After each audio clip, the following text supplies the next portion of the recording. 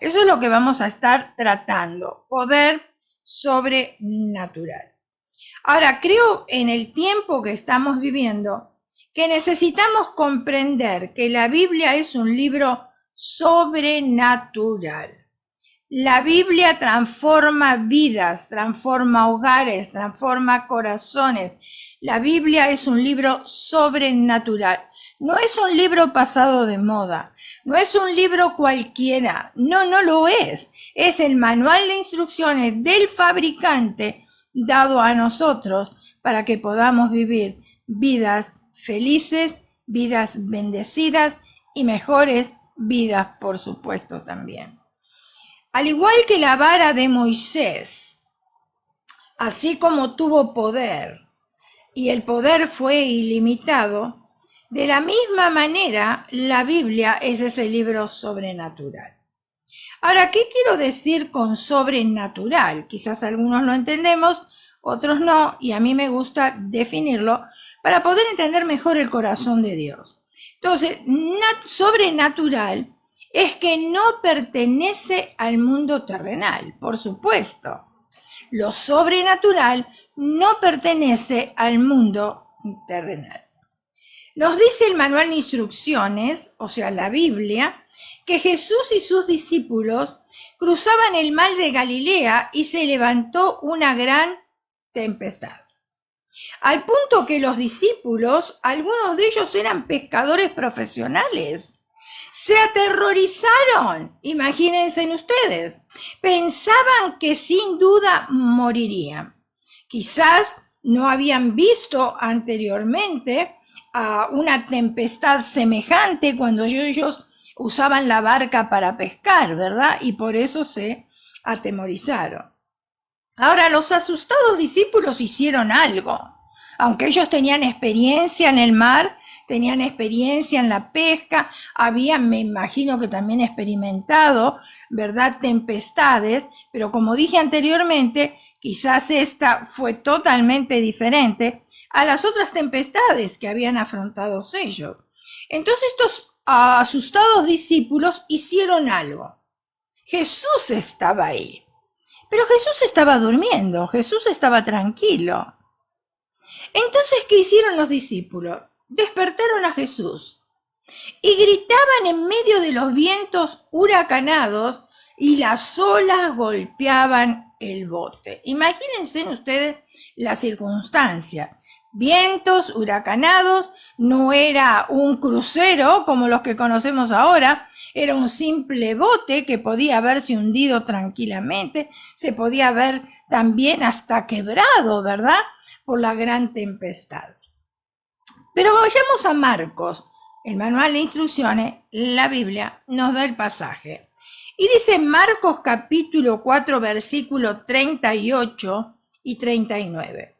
Dice así: y él estaba en la popa. ¿Quién es él? Jesús, durmiendo sobre un cabezal. Vemos que Jesús no estaba para nada preocupado. Él tenía paz, él tenía tranquilidad. Y dice que y le despertaron y le dijeron: maestro, ¿no tienes cuidado que perecemos? Claro, los discípulos habrán dicho: estás tan tranquilo durmiendo y acá nosotros nos estamos por morir. Los discípulos, a pesar que estaban con el maestro y fueron testigos oculares de los milagros realizados por Jesús, no entendieron el poder sobrenatural. No entendieron el poder sobrenatural. Y el versículo 39 dice: y levantándose reprendió al viento. ¿Quién se levantó? Jesús. Lo habían llamado, lo habían despertado, Jesús se levanta. Y entonces, ¿qué hace? Reprende el viento. Y le dijo al mar, fíjense en la autoridad de Jesús: calla, enmudece. Claro, porque las olas hacen mucho ruido. Es la verdad, cuando uno ve el mar embravecido, hace un ruido espantoso que hasta te morda. Entonces dice: calla, enmudece, y cesó el viento y se hizo grande bonanza. Gloria a Dios. Jesús habló y fue hecho. Poder sobrenatural sobre el viento y el mar. El viento y el mar tuvieron que calmarse ante la autoridad de Jesús. Ahora observemos este otro pasaje. Juan capítulo 11, versículo 43 y 44. Y habiendo dicho esto, clamó a gran voz: Lázaro, un pasaje muy conocido por casi todas nosotras, ven fuera. Y el que había muerto salió atadas las manos y los pies con vendas y el rostro envuelto en un sudario. Y Jesús le dijo: desatarle y dejarle ir. Jesús habló otra vez y fue hecho. Poder sobrenatural sobre la muerte. Claro, él le dijo: Lázaro, ven fuera. Lázaro ya hacía 3 días que había muerto. Pero ante la autoridad de Dios, Lázaro se levantó de la muerte. Prestemos atención a este otro pasaje. Lucas capítulo 5, versículos 12 y 13. Sucedió que estando él en una de las ciudades, se presentó un hombre lleno de lepra. ¿Quién es él? Jesús. El cual, viendo a Jesús, se postró con el rostro en tierra y le rogó diciendo: Señor, si quieres, puedes limpiarme. Entonces, extendiendo él, o sea Jesús, la mano, le tocó diciendo: quiero ser limpio, y al instante la lepra se fue de él. Los leprosos se veían forzados a vivir fuera de la ciudad, en una colina aislada, hasta que les llegara la muerte. Misericordiosamente ponía fin a su penoso sufrimiento, la muerte.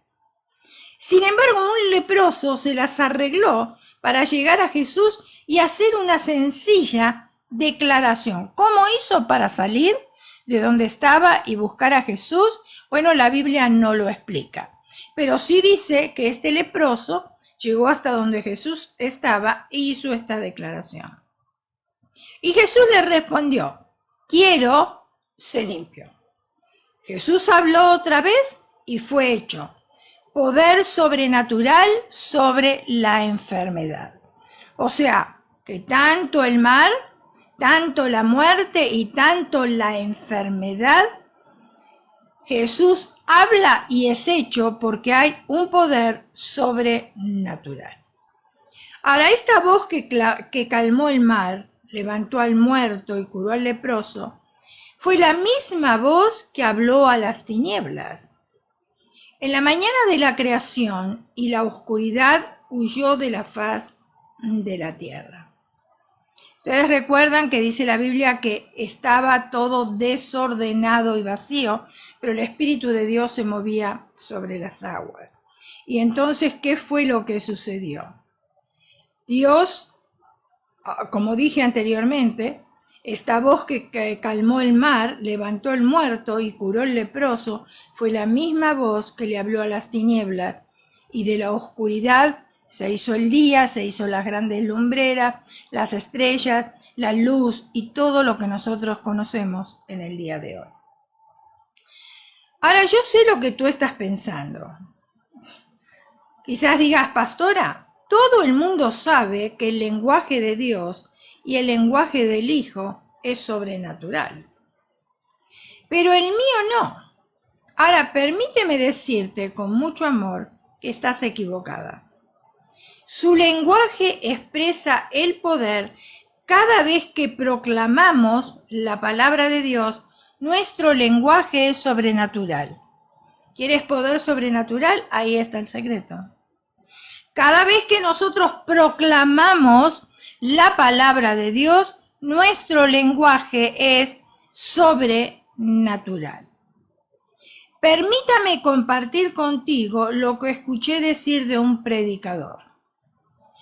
Todo creyente que crea en la Biblia tiene una vara en su mano, que es la palabra de Dios. Piensa en tu Biblia como el único instrumento que necesitas para poder hacer esto, lo que Dios te llame a hacer. Lo primero que nosotros necesitamos comprender es el poder de la palabra de Dios. la palabra de Dios, confesar la palabra de Dios. Por eso es muy importante aprender versículos de memoria, porque si un día la Biblia nos es quitada de nuestras manos, nadie, ni siquiera el diablo, va a poder quitar de nuestra mente los versículos aprendidos. Y podemos nosotros siempre seguir confesando la palabra de Dios. La Biblia es un libro sobrenatural, al igual que la vara de Moisés, y tiene poder. Lo tuvo en el pasado, lo tiene en el presente y seguirá teniéndolo hasta que el Señor venga a buscar a su iglesia. Ahora es crucial que comprendamos cuán poderosas pueden ser nuestras palabras para revolucionar nuestra vida, para revolucionar nuestro matrimonio, nuestros hijos, nuestro negocio, si es que tenemos uno, ¿verdad? Así como para moldear también nuestro futuro. Cada vez que las palabras que decimos están de acuerdo con la palabra de Dios, ahí está el secreto. Las palabras que pronunciamos tienen que estar de acuerdo con las palabras de Dios. Por eso hay un versículo que dice que la muerte y la vida están en el poder de la lengua. Si queremos muerte, confesemos todas cosas negativas. Y lo único que vamos a tener es negativismo en nuestras vidas. Pero si nosotros queremos vida, entonces confesemos todas las cosas buenas. Y de ahí vamos a recibir bendición.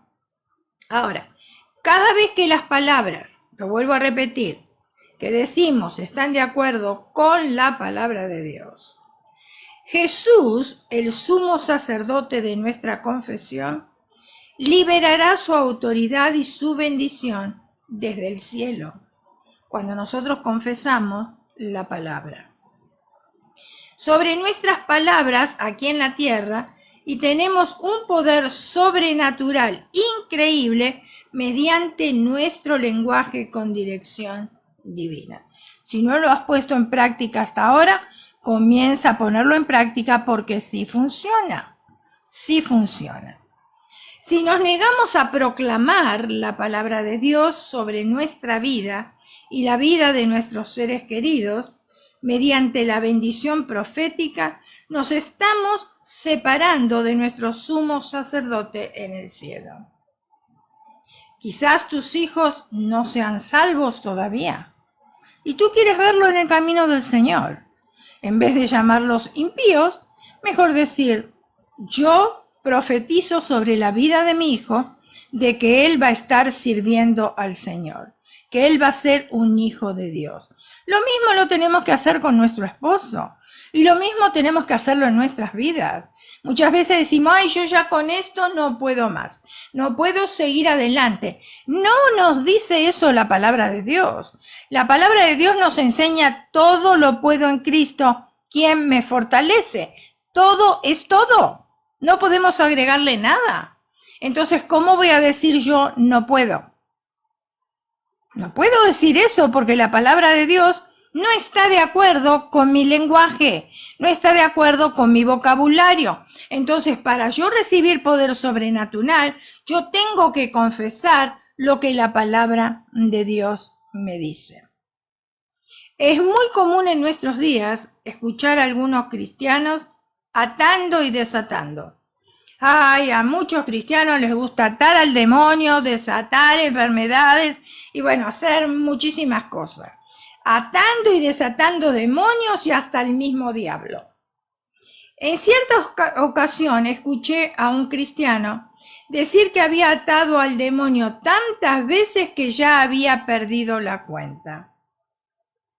Imagínense ustedes, a veces usamos nosotros el atar como un amuleto. Creemos que con decir con nuestros labios, Satanás te ato en el nombre de Jesús, ya está todo solucionado. Y no es así. Porque cuando nosotros pronunciamos esas palabras, no sale una cuerda de nuestros labios que ata a Satanás y él ya no puede hacer nada. No es eso lo que significa atar y desatar. Porque a través de tantos siglos, de tantos años, de tantas décadas, imagínense en ustedes los cristianos que ataron a Satanás y todavía, sin embargo, Satanás sigue suelto. Y lo estamos viendo. Lo estamos viendo en los medios de comunicación, cómo Satanás influye en la mente de las personas. Hoy en día cualquiera agarra un arma y ¿qué hace? Entra a matar gente, como que la vida del ser humano ya no vale nada. Y después dicen que está mentalmente, ¿verdad? No está sano. Y con eso lo queremos arreglar, pero las personas siguen muriendo y Satanás sigue haciendo de las suyas. Entonces, ¿qué significa atar y desatar en este contexto bíblico? Porque nosotros tenemos que entender bien la palabra de Dios para poder ponerla en práctica, porque muchas veces la leemos literal o fuimos mal enseñados donde crecimos espiritualmente y seguimos siempre aplicando las mismas cosas y vemos que no nos funcionan, pero las seguimos aplicando porque eso es lo que conocemos. Entonces tenemos que realmente estudiar la palabra de Dios. ¿Qué quiso decir con atar y desatar? Bueno, Mateo capítulo 16, vamos a leer la cita primero. Mateo capítulo 16, versículo 19, dice: y todo lo que atares en la tierra será atado en los cielos, y todo lo que desatares en la tierra será desatado en los cielos. Ahora escucha bien este versículo, lo vuelvo a repetir. Y todo lo que atares en la tierra será atado en los cielos. Y todo lo que desatares en la tierra será desatado en los cielos. Si estudiamos el contexto, entendemos que aquí Jesús se refiere a los pecados. ¿Estás entendiendo ahora?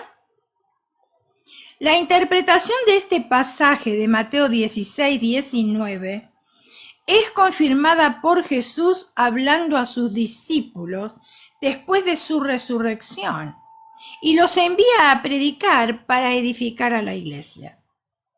Esto es confirmado cuando leemos lo que Juan escribió y esta cita nos trae claridad sobre el asunto. Juan capítulo 20 al 23. Y dice así la bella, la hermosa, la inalterable palabra de Dios. Y diciendo esto, les mostró las manos y el costado. Entonces los discípulos se regocijaron al ver al Señor. Jesús entonces les dijo otra vez: paz a vosotros. Como el Padre me ha enviado, así también yo os envío. Después de decir esto, sopló sobre ellos y le dijo: recibid el Espíritu Santo. A quienes perdonáis los pecados. Pero acá no está diciendo que nosotros tenemos autoridad para perdonar pecados a nadie. No, cuidado. Acá tenemos que entender bien lo que quiere decir. Si alguien pecó contra mí, ¿qué tengo que hacer yo? Perdonar. Está hablando del perdón. Entonces yo lo desato a la otra persona, porque por causa de mi falta de perdón, yo la tenía atada. Y entonces, ¿qué sucedía? Que las bendiciones del cielo no le llegaban porque estaba atada. ¿Por qué? Por mi falta de perdón. Pero ahora yo perdono, desato y la persona recibe bendición. Y yo también, porque yo también estaba atada por atar a otra persona con mi falta de perdón. Pero cuando perdono, entonces se suelta esa atadura horrible y Dios comienza a enviar bendiciones. Ahora, cuando nosotros perdonamos a una persona, yo sé que tú estás pensando ahora en estos momentos y estás diciendo, bueno, pero es que usted no sabe lo que hizo, yo no estoy de acuerdo con aquellas cosas que está haciendo. Yo no estoy diciendo que cuando nosotros perdonamos tenemos que estar de acuerdo con lo que la persona hizo. No significa eso el perdón. El perdón es para mí misma, para yo ser liberada. Nunca voy a estar de acuerdo si esa persona hizo algo que no debía de haber hecho, pero eso no quiere decir que yo no le perdone. No voy a estar de acuerdo quizás con ese estilo de vida, pero eso no quiere decir que yo no le perdone. Mi responsabilidad ante Dios es perdonar. Es perdonar. Uno de los modelos es el Padre Nuestro. Padre nuestro que estás en los cielos, santificado sea tu nombre. venga tu reino, hágase tu voluntad así en la tierra como en el cielo. Y después dice, perdona nuestras deudas, así como nosotros perdonamos a nuestros pecadores. Escucha bien, perdona nuestras deudas, así como nosotros perdonamos a nuestros pecadores. O sea que si yo no perdono a un pecador, Dios no me va a perdonar a mí tampoco. O sea, es importantísimo el perdón y es importantísimo el desatarme yo y desatar a la otra persona que la tenía atada por mi falta de perdón. Versículo 23. A quienes perdonéis los pecados, estos les son perdonados. Y a quienes retengáis los pecados, estos les son retenidos. Los discípulos fueron enviados a predicar, y Jesús le dijo, como mi Padre me envió, yo os envío. Cuando Jesús sopla sobre ellos, recibieron el Espíritu Santo y fueron llenos de poder para completar la tarea. Esa es la autoridad que ellos reciben. Y a medida que ellos proclaman el Evangelio, unos son perdonados y recibidos al seno de la iglesia, o sea, desatados de su pecado. Y otros son condenados, atados a pecado. Y es lo que quiere decir Cristo a Pedro cuando le habla de las llaves del reino, de atar y de desatar, dentro del contexto de la edificación de la iglesia. ¿Cómo aplicamos entonces estos versos, estos versículos que hemos leído? ¿Podemos nosotros los cristianos, los pastores, los ministros o sacerdotes ir por ahí perdonando pecado a la gente? Por supuesto que no. Nosotros solamente podemos declarar lo que la Biblia dice sobre aquellos que se arrepienten y se apartan de su pecado. A quien se arrepiente se les declara perdonado, desatado y libre de culpa. A quienes no se arrepienten, no perdonado, atado, pecado, gentil y publicano, lo dice la palabra, no lo digo yo. Porque tanto es para otras personas como es para mí también. O sea, yo tengo que poner en práctica las mismas cosas que tienen que poner ustedes. Ahora yo voy a compartir dos citas. Hechos capítulo 5, versículo del 1 al 10. Y dice así, pero cierto hombre llamado Ananías con Zafira su mujer, vendió una heredad. Muchos estamos familiarizados con este pasaje. Y sustrajo del precio, sabiéndolo también su mujer.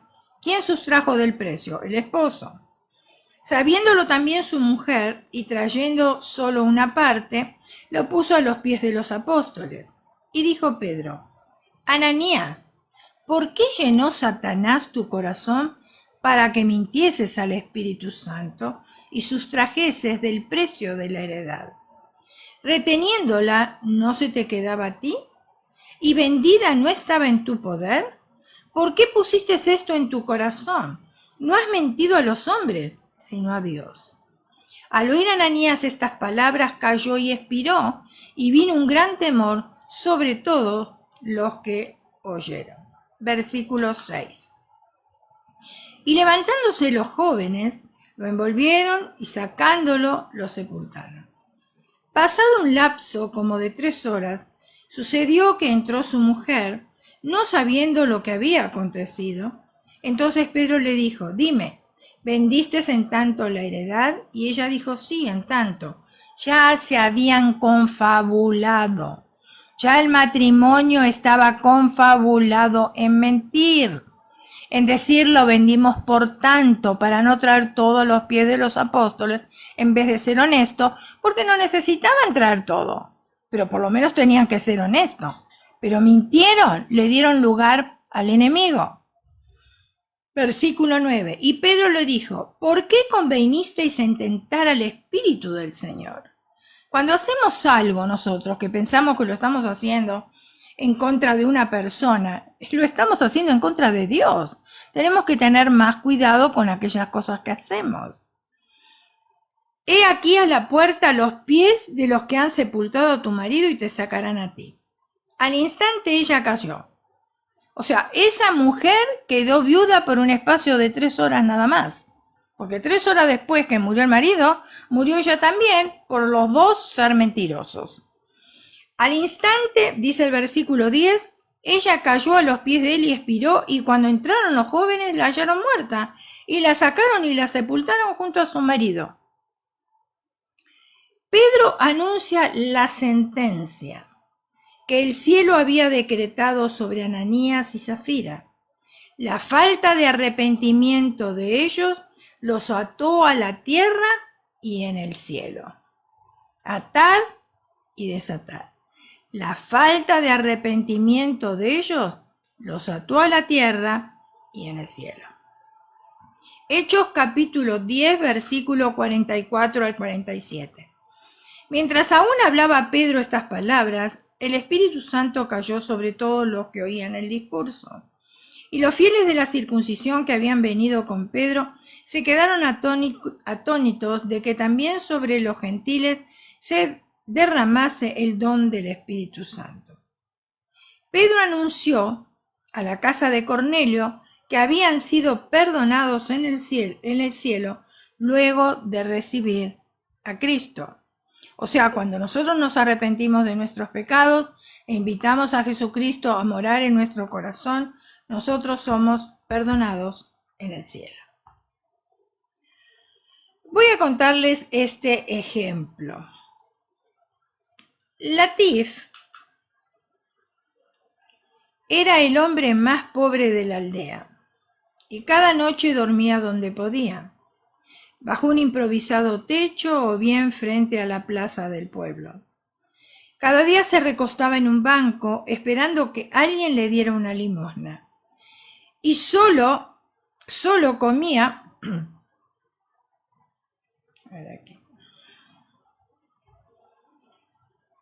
Sin embargo, esperando que alguien le diera una limosna, y solo comía de lo que la gente del pueblo le traía.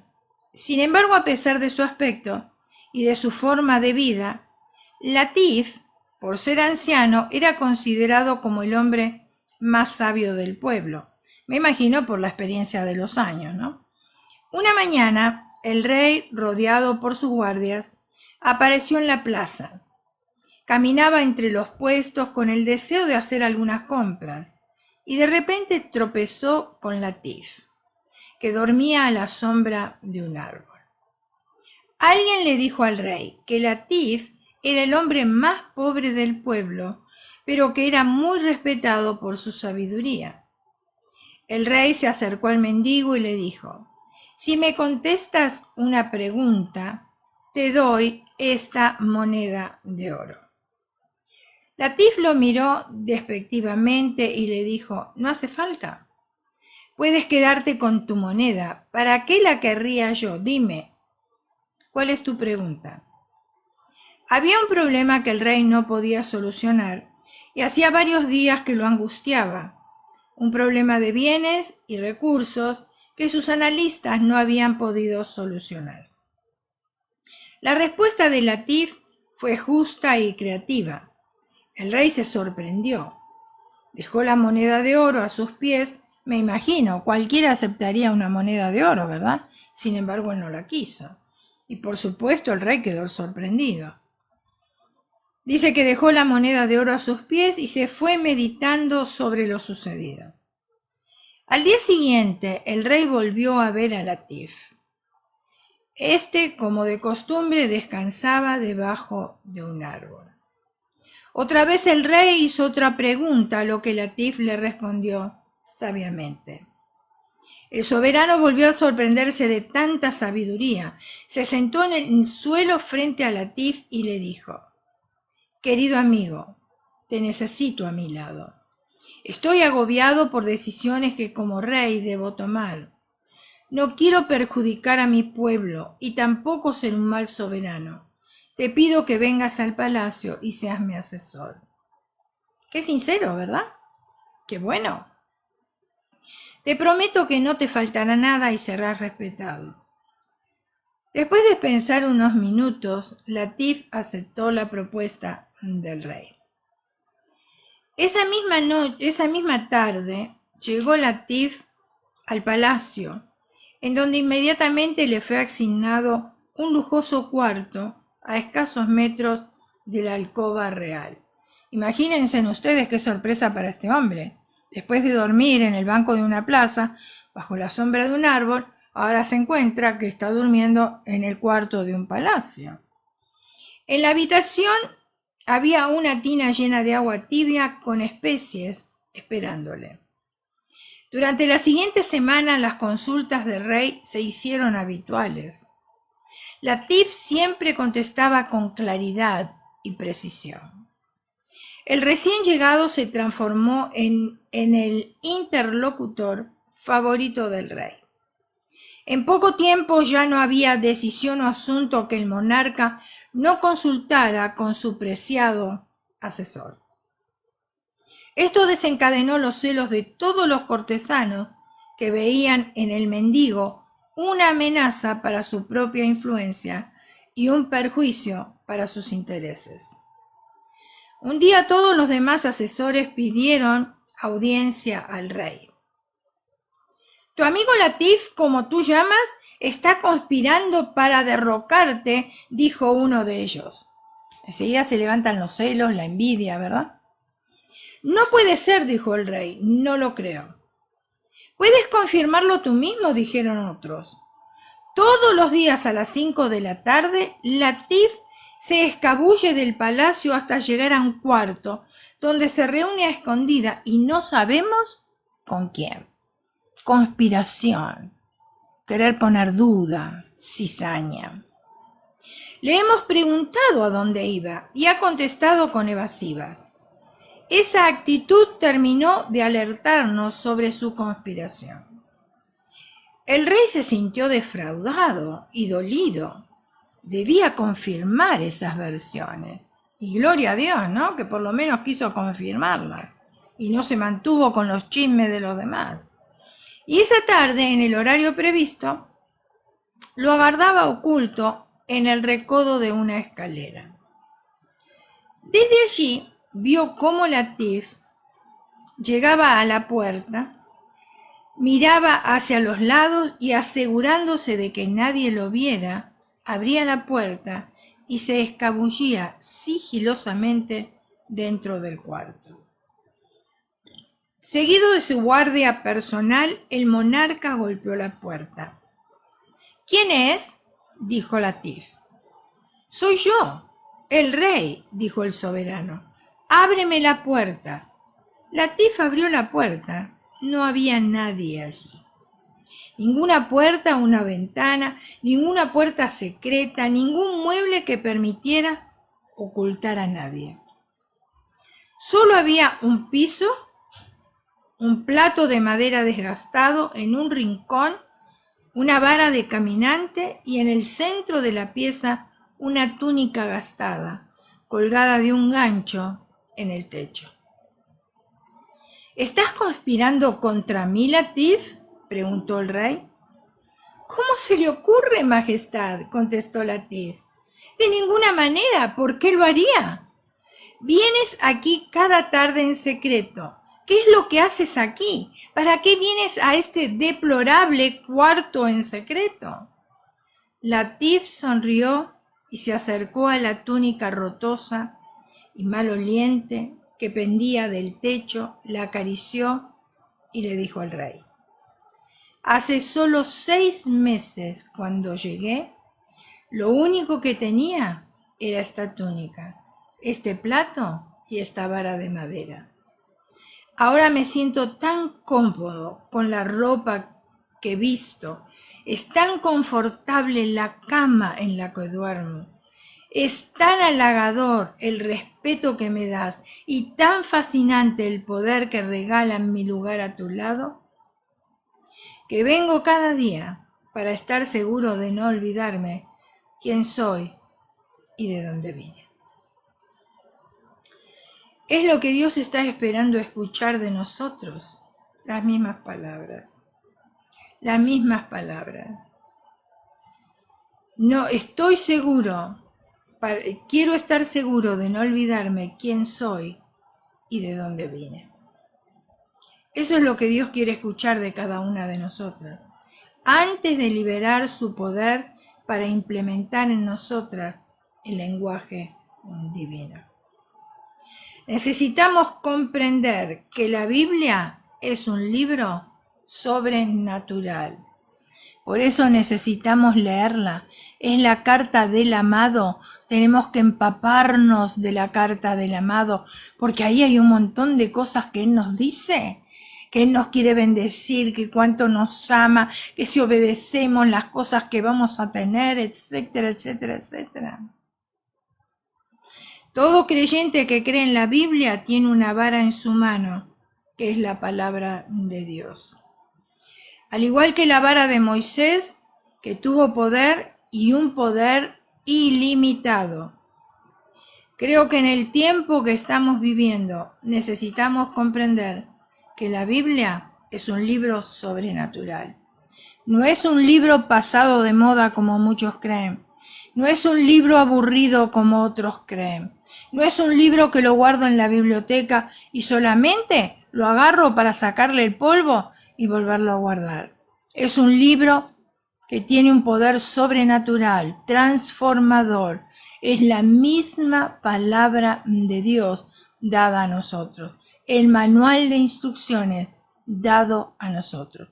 Si tú quieres poder sobrenatural, comienza a leer la palabra de Dios, retén versículos de memoria, comienza a confesar la palabra de Dios y vas a ver cómo se va a soltar ese poder sobrenatural sobre tu vida y sobre la vida de tu familia también.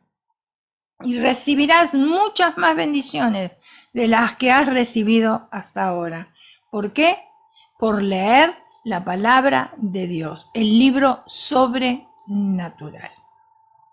Ahí nos enseña cómo debemos de hablar, qué es lo que debemos decir y cómo podemos nosotros bendecir nuestras vidas y bendecir la vida de otros también. Señor Jesús, llegamos delante de tu presencia una vez más, pidiéndote perdón si es que no hemos sido fieles en leer tu palabra. Queremos pedirte perdón si realmente, Señor, no hemos estado interesados tampoco en leerla. Perdónanos. Pero ahora entendemos que la Biblia tiene poder sobrenatural. Y queremos, Señor, aferrarnos a ella. Queremos escudriñar para poder, Señor, retener esas maravillas a nuestras vidas y que ese poder sobrenatural comience a soltarse, Señor, poderosamente. Gracias por esa bendita palabra, Señor. Gracias porque podemos en este país todavía, Señor, y en muchas partes del mundo, leerla con libertad, donde quiera que vayamos. Podemos tenerla en nuestros celulares, podemos tenerla en la cartera, podemos, Señor, leerla con libertad en cualquier momento, a cualquier hora, porque no somos perseguidos. Y por eso queremos darte tantas gracias, Señor. Y así como dice tu palabra, Señor, de bendecir. Y yo deseo que tú seas prosperada, hermana, en todas las cosas, así como prospera tu alma. Comienza a leer la palabra de Dios. Esa es la vara que tú tienes. Moisés tenía una vara física, pero tú tienes esta vara que es espiritual, la bendita palabra de Dios. Señor, yo te ruego que tú bendigas a tus hijas, que les ayudes, les des tiempo, Señor, y ese deseo ferviente de poder, Señor, aprender tu palabra, de poder leerla constantemente, Señor, sabiendo que tendrán resultados extraordinarios, resultados sobrenaturales, como nos enseña tu palabra. Gracias, Espíritu de Dios, por cada una de mis hermanas. Yo les bendigo en el precioso nombre de Jesús, dándote las gracias por cada una de ellas. Amén, amén y amén.